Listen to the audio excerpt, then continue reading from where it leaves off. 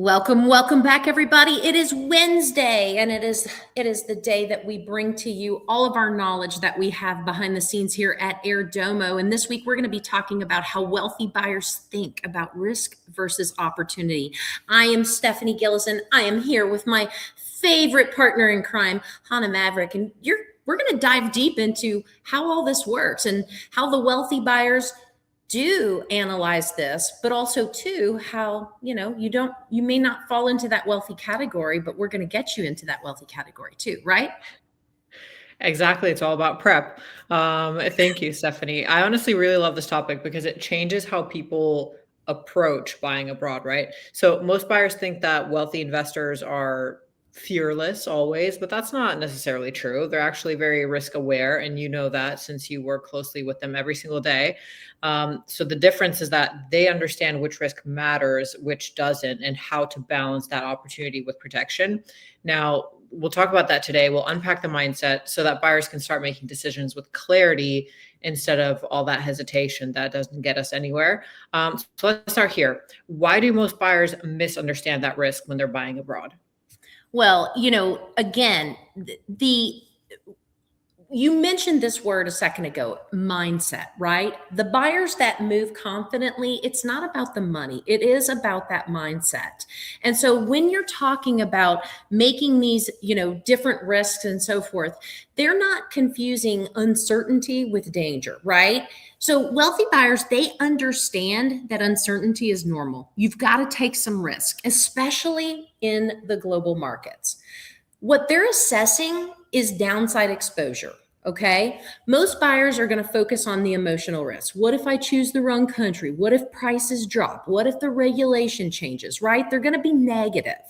Okay. But what they're not looking at is the fact that legal ownership, long-term demand drivers, market liquidity, currency exposure, and exit strategy. All right.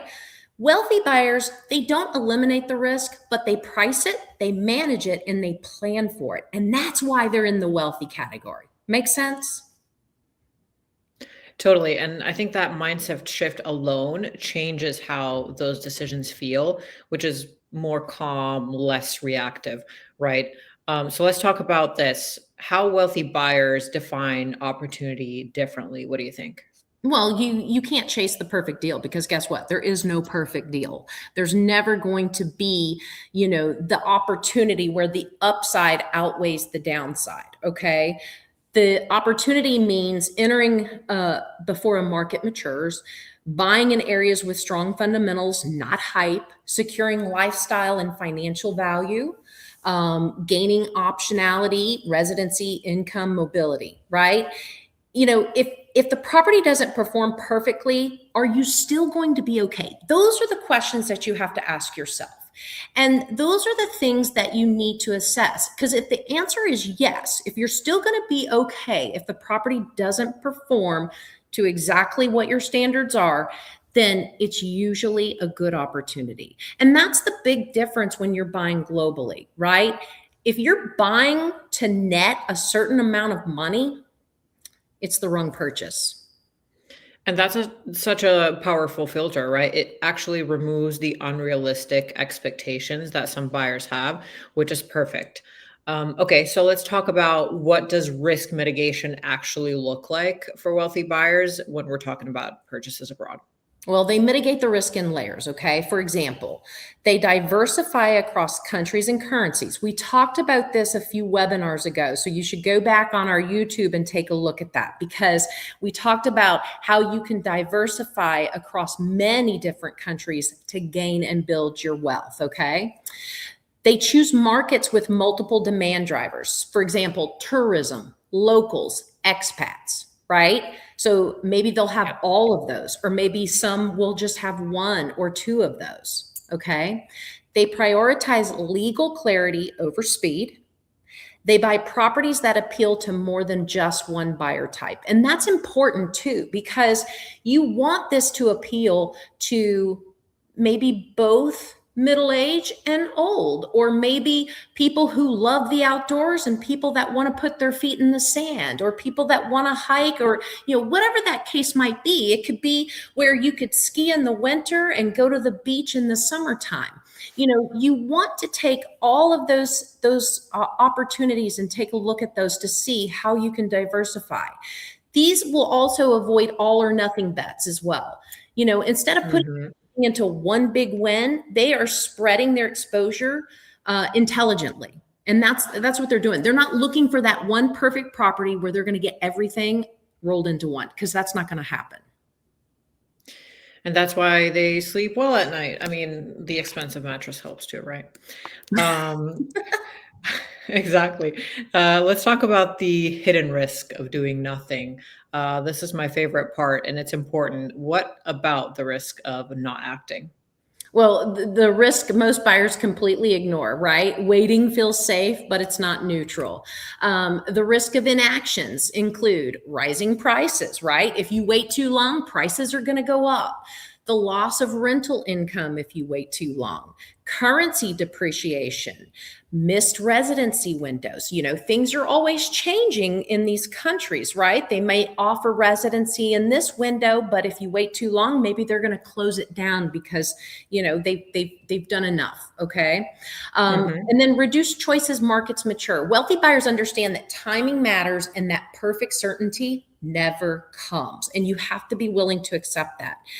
They act when the fundamentals make sense and not when the fear disappears. So you've got to, I tell people this all the time. I've jumped off of a ton of cliffs and I can still walk to tell the tale, right? I've never broken a leg.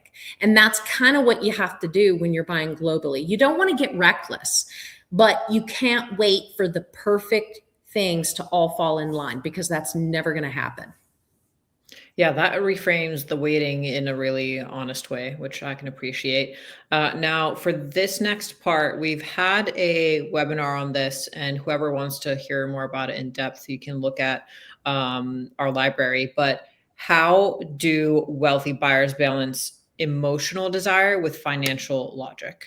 Well, they acknowledge emotion, but they don't let it drive the decision. You can't make smart investments if emotion is winning. Okay. So you've got to ask, would I still buy this if I didn't love the view? Does this work financially, even if I don't use it that much? Is Hmm. this lifestyle decision or an investment, or is it a blend? And am I honest about that? Right.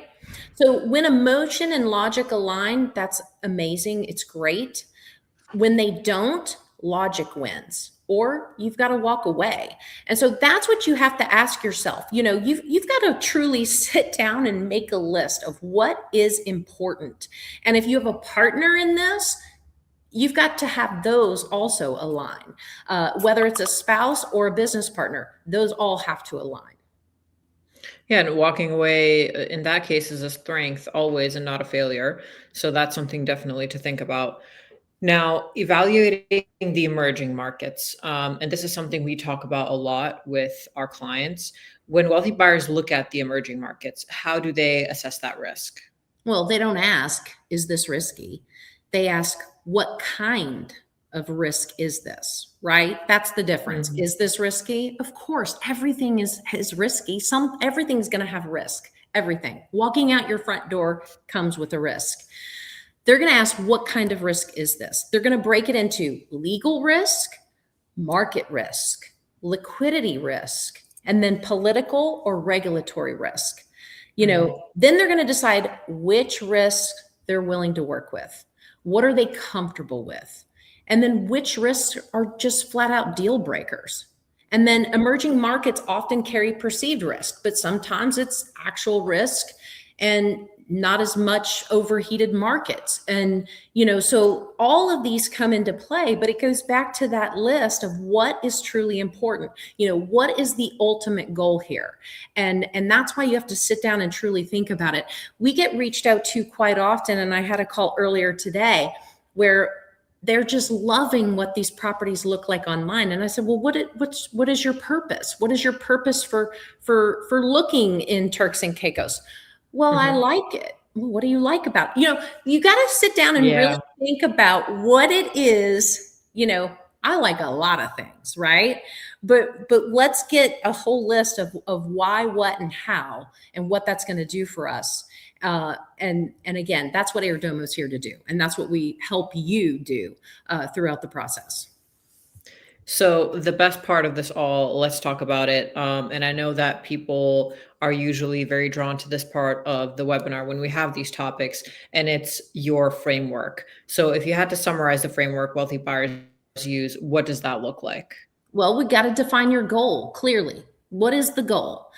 You want to have a house on the beach? Is that the goal? Um, Identify the downside scenarios, measure worst case impacts, compare upside potentials, decide if balance makes sense. If the downside is manageable and the upside is meaningful, then they move forward. Confidence comes from preparation, not certainty. So going back to making that list and walking through that process and understanding what the goals are, when I started to look globally, I knew exactly what it was. I wanted to own a property where Mhm. income allowed for me to utilize it, and where income not paid for it, but took majority care of it, if that makes sense, right? That was Yes. big. And so we're looking for a property that short-term rental income is high. Mhm. Is somebody at your Understood. door? Might be. I have no idea. All I can hear is you. I heard the doorbell ring. Could be.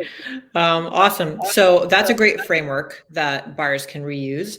Now, not all of us are wealthy buyers right now. Some of us are on our way to be. How can everyday buyers start thinking this way? Well, ask better questions, right?